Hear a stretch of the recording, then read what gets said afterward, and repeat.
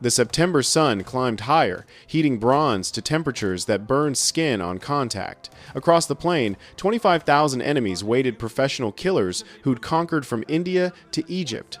Then Miltiades gave an order no Greek general in history had ever issued. At my signal, we run. One decision. 11 minutes of sprinting and fighting. 25 centuries of consequences. The advance began at standard pace, 11,000 men moving as single organism. Bronze shields overlapping edge to edge, spear points glittering in morning sun, 22,000 feet striking earth in disciplined rhythm. The sound was primal, metal clanking against metal, leather creaking, the collective breathing of thousands of warriors. They covered the first 600 meters at controlled walk, maintaining perfect formation. Persian commanders watched in genuine disbelief. Greeks attacking without cavalry support, crossing open ground where arrows would slaughter them, Datis must have smiled. He ordered archers forward, and Persian archers were legendary, trained from childhood, capable of piercing bronze armor at 200 meters. At 400 meters distance, Persian composite bows bent. The first volleys rose like dark clouds, thousands of arrows climbing, peaking, falling like deadly rain. Greeks raised shields overhead, creating bronze roof. Arrows clattered down with sound like hailstorm. Some found gaps in protection, men fell screaming, arrows through throats or thighs. But the formation kept moving forward, stepping over fallen comrades without breaking stride. At 200 meters, everything changed. Miltiades raised his spear high and shouted one word that would echo through 2,500 years. Drome. Run! The Greeks exploded forward. Not jogging, not quick marching full combat sprint. 11,000 men in 60-pound bronze armor running like their lives depended on speed, because they did. The ground literally shook from the impact of 22,000 feet hitting Earth simultaneously. Dust rose in enormous clouds. And from 11,000 throats erupted the paean, the Greek battle hymn that Persian veterans had heard before, but never like this, never with such desperate fury. Imagine sprinting a mile in bronze armor under Mediterranean sun, lungs burning, legs screaming, vision tunneling from exertion and fear. But you cannot stop because the man beside you is your cousin who helped harvest your olives last month. Behind you lies your wife, your children, your city. Ahead waits either glory or death, and the choice will be made in the next 2 minutes. Persian archers had seconds to adjust. Arrows flew flat trajectories now, punching through shields, dropping runners mid-stride, but Greeks came on like bronze avalanche, nothing could stop. The crash of bronze against wicker shields sounded like thunder rolling across Marathon's plain. 11,000 Greeks hit the Persian line at full sprint with momentum no static defense could withstand. Greek spears 8 feet long punched through Persian shields, never designed for such impact, finding flesh beyond. Persian spears measured only 6 feet, meaning Greeks struck first in that crucial initial contact. Bronze spear points against cloth armor and flesh. The mathematics of violence turned brutal in an instant. The reinforced Greek wings, 8 ranks deep, slammed into Persian flanks like battering rams. Persian soldiers packed tightly on the beach couldn't maneuver, couldn't respond to flank attacks they hadn't anticipated. Those wicker shields, perfect for deflecting arrows, shattered against bronze spear points, driven by sprinting momentum and desperate fury. On the right wing, Callimachus led the charge personally, the ceremonial commander, proving his courage by fighting in front rank. His men rolled up the Persian left flank like carpet being pulled. Persians fell by dozens, then hundreds. Blood made sand slippery. Greeks pushed forward in organized savagery, stabbing overhand with short swords after spears broke, shields locked in impenetrable wall.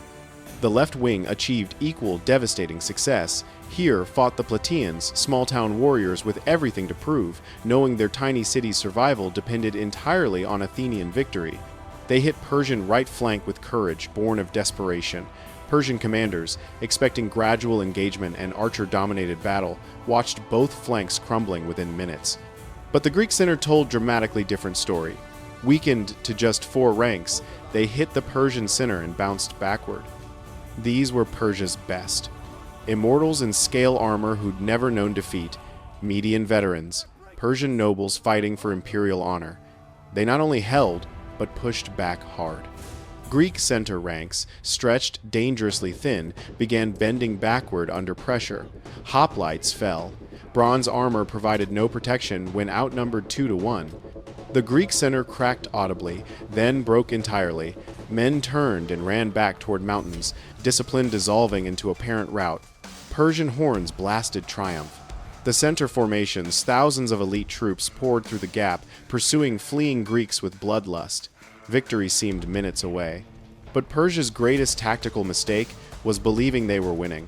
The Persian center streamed forward in pursuit elite immortals in scaled armor, Medes with battle axes, Persian nobles seeking glory in what appeared to be decisive rout. They'd broken the Greek line exactly as doctrine prescribed.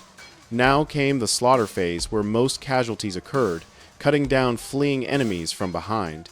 But Miltiades had observed something Persian commanders missed in their excitement. The fleeing Greeks weren't scattering randomly in panic. They ran at calculated angles, drawing pursuers deeper into the plain while maintaining rough unit cohesion. The Persian advance, focused entirely on pursuit, created fatal geometry. Their center jutted forward aggressively, while their crumbling flanks fell backward. The battle line no longer formed a straight defensive wall, it curved like a bow drawn to breaking point. Persian officers, drunk on apparent victory, failed to notice their flanks dissolving completely.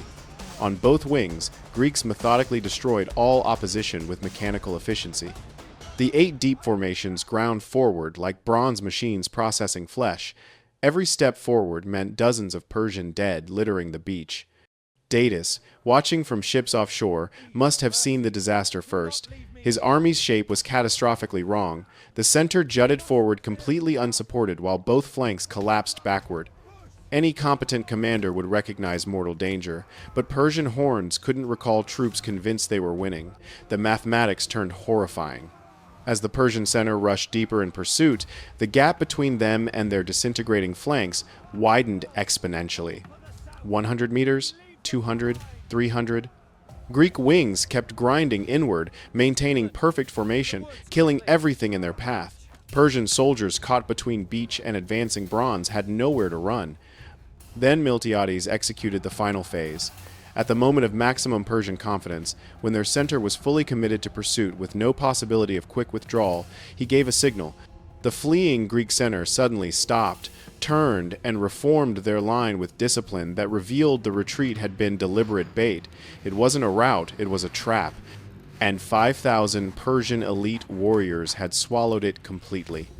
Both Greek wings, having annihilated Persian flanks, wheeled inward like closing doors. Bronze shields locked, spears leveled forward. 11,000 Greeks who'd fought as 3 separate forces became one continuous crescent-shaped line with 5,000 Persians trapped inside. The moment Persians realized their fate must have been pure horror, surrounded, cut off from the beach, from ships, from any escape route. The hunters had become the hunted. Elite immortals who'd conquered from India to Egypt found themselves in a closing circle of bronze and death, with no honorable way out. Panic rippled through Persian ranks faster than orders could be shouted. Commands in a dozen languages, Persian, Median, Sake, Bactrian, created chaos instead of coordinated response. Soldiers pressed together so tightly they couldn't raise weapons effectively. Those on the outside tried desperately to break through Greek lines. Those trapped inside tried pushing outward. The result was a compressed mass of humanity being methodically butchered. The killing became mechanical, almost industrial. Greeks maintained iron discipline. Fresh fighters rotated to front ranks as exhausted men stepped back a rotation system, ensuring continuous killing efficiency. 8-foot spears stabbed downward into the packed mass, pulled back bloody, thrust again. Persian dead piled so high they became obstacles, forcing Greeks to climb corpses to continue the slaughter. Blood soaked into sand until Marathon's beach turned to red mud that would stain the shore for months. 10 Persians died every second. The number seems mathematically impossible until you understand the geometry. 5,000 men compressed into space meant for 1,000, surrounded by bronze walls inexorably closing inward. No room to fight effectively, no room to run, only room to die. Individual Persian soldiers showed incredible courage, small groups attempting breakout charges, attacking Greek lines with desperate fury. But bronze discipline held. When Persians pressed one section, neighboring Greek units pivoted to support, maintaining the crescent's integrity. The trap tightened with geometric inevitability. Here's where Persian strength became fatal weakness.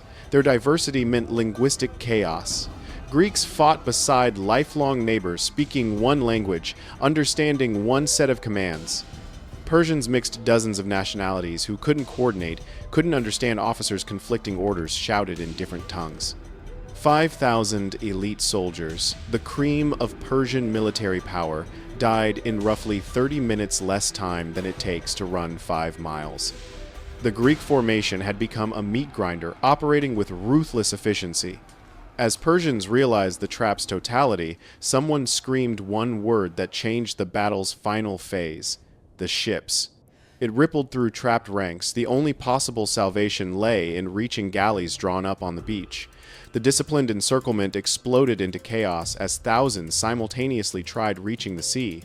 But between the plain and beach lay marshland firm enough for orderly crossing but treacherous for panicked flight. Thousands hit the swamp simultaneously. First ranks stumbled into knee-deep muddy water, weighted down by armor and weapons. Those behind, pressed by Greek pursuit and their own panic, pushed forward, creating a crush. Men fell, were trampled, drowned in water barely deep enough to cover their faces. The swamps became a death trap more effective than Greek spears. Greeks who'd trained on this terrain for 5 days knew where firm ground lay. They pursued along solid paths while Persians floundered through deepest muck. Hoplites stood at swamp edges, methodically spearing strugglers like fishermen harvesting a trapped school. The pursuit to ships became democracy's final exclamation point. Led by Miltiades, Greek formations hit the beach, organized and lethal. They caught Persians between swamp and sea, continuing the systematic slaughter. 7 Persian ships fell to Greek assault, hoplites wading into surf, grabbing vessel sterns, while Persians desperately tried pushing off. One ship packed with Persian nobles was dragged back to shore, its passengers massacred. Final toll: 6,400 Persian dead, covering Marathon's beach, clogging the swamps, floating in shallows. Against this 192 Athenian dead, including Callimachus, who died with spear through chest even as victory became certain. But the battle was only half over. Persian ships turned not east toward Asia, but south toward Athens. While the Greek army stood at Marathon, Persians would sail around and take the undefended city. Miltiades understood instantly. The Greeks began history's most consequential forced march, 26 miles in bronze armor under Mediterranean sun. They arrived just as the Persian fleet approached Athens. Seeing the same bronze ranks that had destroyed them at Marathon, Persians sailed home without landing. Democracy survived. Western civilization was saved by farmers who'd learned they could defeat empires. The Battle of Marathon proved forever that the strength of free men defending their homes exceeds any advantage in numbers, equipment, or professional training. 192 Greeks died to save not just Athens, but the entire trajectory of Western thought. Without Marathon, there is no Socrates questioning reality, no Plato writing philosophy, no Aristotle teaching logic, no Alexander spreading Hellenistic culture, no Roman Republic modeling Greek democracy. The scientific method, rational inquiry, individual human dignity, every foundation of Western civilization balanced on bronze spear points, crossing Marathon's plain on one September morning. What shocked you most? The vanishing cavalry? The double envelopment trap? The fact that 192 deaths saved democracy itself? Share your thoughts below. And if you want more battles where impossible odds were overcome through brilliant tactics and unbreakable will, subscribe to Flow of History and hit that notification bell. Our next video reveals an ancient battle even more tactically brilliant than Marathon, one where the losing side actually had better positions and still got annihilated. You won't believe how it happened.